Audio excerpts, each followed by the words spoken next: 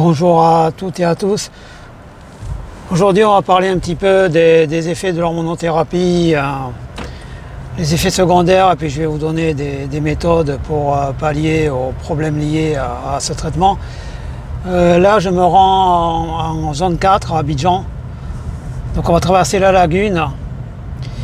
Et puis je vais vous filmer un petit peu, on va discuter, pas longtemps, juste 5-10 minutes, et puis je vous montrerai une méthode que j'applique et que j'appliquais durant mon entraînement, ce qui vous permettra de rester vous-même.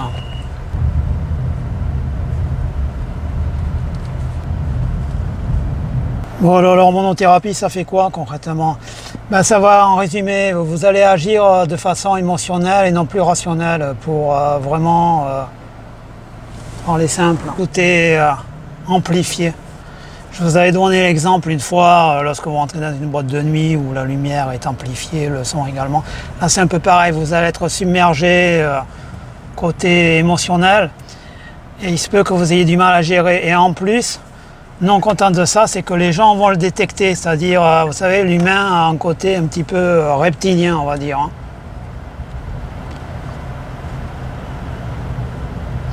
C'est-à-dire, dès qu'il sent une faiblesse chez quelqu'un, il s'y engouffre.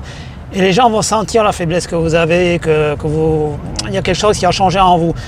Et certains vont vous le faire carrément remarquer, et en vous faisant remarquer, ils vont vous dire, bon, j'ai plus envie de discuter avec toi. Moi, ça m'est arrivé en fait. Voilà, il y a plusieurs personnes qui ont décidé de couper les ponts avec moi. Ça m'est égal. Mais bon, il faut le savoir. Et alors, comment faire pour essayer de garder, d'essayer de rester fonctionnel, on va dire, fonctionnel dans le sens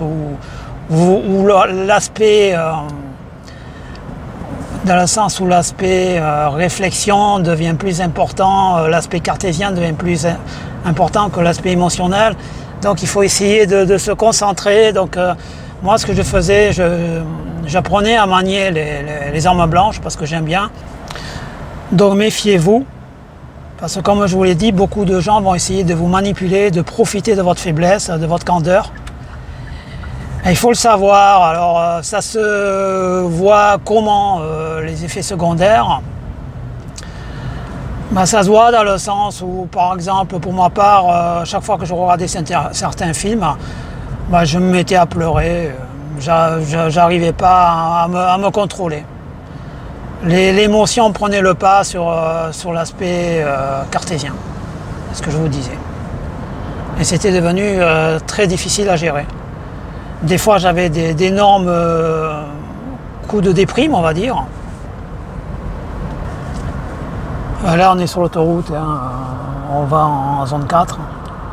J'avais d'énormes coups de déprime et j'arrivais pas, j'arrivais pas à gérer tout ça. Ça a quand même duré 18 mois. Mais comme je vous l'ai dit, rassurez-vous, moi j'ai entendu dire que si, alors ça c'est à vérifier également, je ne me suis pas penché sur la question,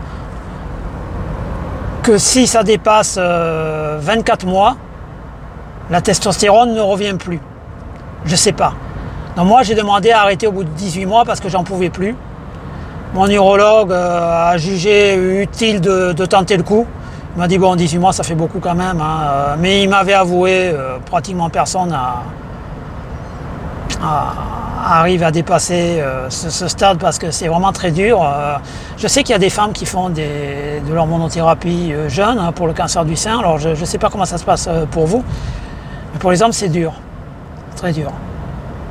Mais comme je vous l'ai dit, ça ne va pas vous transformer physiquement. Moi, vous avez vu mes photos, je n'ai pas été transformé parce que je faisais du sport, mon corps n'a pas vraiment changé. Quoique la connectique avec les muscles se fait de façon un peu moins rapide, je dirais.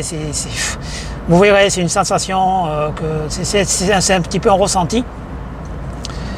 Mais voilà, vous restez tel quel, vous n'avez pas changé d'orientation sexuelle, comme je vous disais.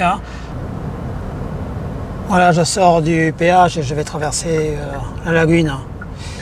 Je ne sais pas si vous la verrez, le pont a été construit par Bouygues il y a quelques années. On le voyait à ma droite là.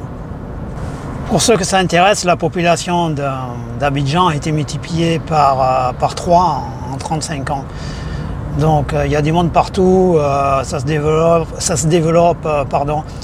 de plus en plus de banlieues. Bon, pour résumer un petit peu, la zone 4, c'est le quartier majoritairement libanais, c'est là qu'il y a les boîtes de nuit, les restaurants, c'est là que les gens sortent le soir si vous voulez.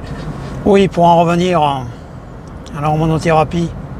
Donc moi, la première chose qu'on m'a dit, je me rappelle très bien quand j'ai eu ma première injection, je vous l'ai dit, elle était double et elle était très très dure à supporter, j'ai eu très très mal. Et le soir j'étais sorti et il y a un gars que je connais qui m'avait dit je peux te poser une question? J'avais dit ouais bien sûr. Il m'avait dit ça fait quoi de savoir qu'on va mourir? Comme je l'ai déjà dit dans notre vidéo, je suis pas encore mort tu vois. Et j'ai pas l'intention de laisser la place. Bon, c'est pareil, il y a un autre gars dans une vidéo que je nommerai pas qui parlait de moi, qui disait que je le savais.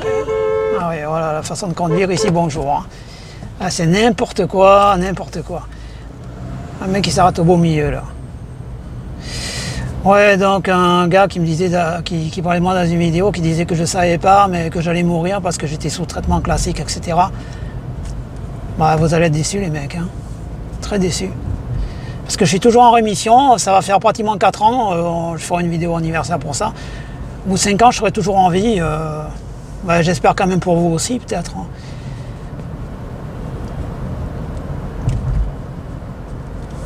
Je vais vous raconter une petite histoire. Là, je sors de l'autoroute. Voilà, j'arrive en zone 4. Hein, c'est un peu la panique, là.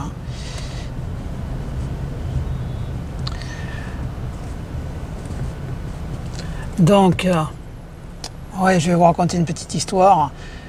C'est l'histoire d'un homme qui a mal aux yeux, et il a des douleurs assez fortes, et puis les médecins ne trouvent pas ce qu'il a, donc il va voir un moine, et le moine lui dit moi ce que je te conseille de faire, c'est de te concentrer sur la couleur verte.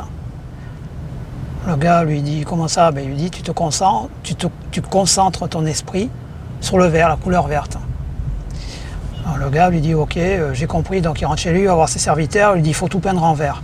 Donc il peigne tout en vert, les murs, la table, enfin les meubles, tout ce qu'il peut, il le peigne en vert. Et ça lui coûte une fortune d'ailleurs. Et puis au bout d'un mois, bon ça commence à aller mieux. Il va voir le moine pour faire un point avec lui, et puis il y a ses serviteurs avec lui, donc il s'assoit chez le moine, et les serviteurs versent un pot de peinture verte sur lui. Enfin sur le gars qui a mal aux yeux. Hein. Et le moine lui dit mais qu'est-ce que tu es en train de faire? Il dit vous m'avez dit de me concentrer sur la couleur verte, donc je me fais peindre en vert, au cas où je verrai mon reflet de la glace. Et le moine éclate de rire, il lui dit mais tu aurais peut-être mieux fait de t'acheter des lunettes teintées, ça t'aurait coûté beaucoup moins cher. Il existe des lunettes teintées qui font voir le monde en vert. Donc il lui dit tu t'es ruiné pour rien, tu as cherché une solution bien complexe alors que la solution a été très, très simple à trouver. Donc c'est pareil pour le cancer, n'essayez pas de vous peindre en vert, de peindre les murs en vert en vous imaginant qu'il y a un naturopathe qui va vous guérir. Hein. Se peindre en vert, ça signifie chercher un traitement compliqué chez un naturopathe un peu farfelu ou des séries de jeûnes à répétition, jeûne hydrique ou je ne sais quoi. La solution simple, ce qui correspond aux lunettes qui teintent le monde en vert, c'est le protocole médical. Là. Voilà, c'est ce que je voulais vous dire. Donc j'espère que la petite balade vous aura plu. Bon voilà la zone 4, hein. C'est peut-être pas folichon pour vous, je sais pas. Mais bon, moi je trouve que ça a un petit peu de charme quand même. Je vous mets les vidéos, enfin je vous mets mon entraînement là de suite.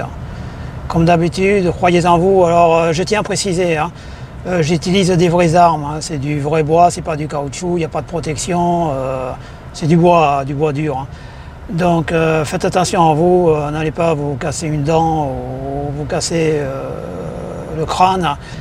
Donc j'ai essayé de vous mettre des mouvements qui sont relativement efficaces hein, dans un combat. Parce que certaines personnes font des mouvements un petit peu plus artistiques, plus style majorette on va dire, mais c'est pas ma tasse de thé. J'essaie de trouver des choses simples, efficaces. Voilà, La prochaine fois, on parlera d'un autre sujet. J'ai mis au point un petit entraînement pour au niveau des muscle-up, c'est-à-dire passer au-dessus des barres, pouvoir.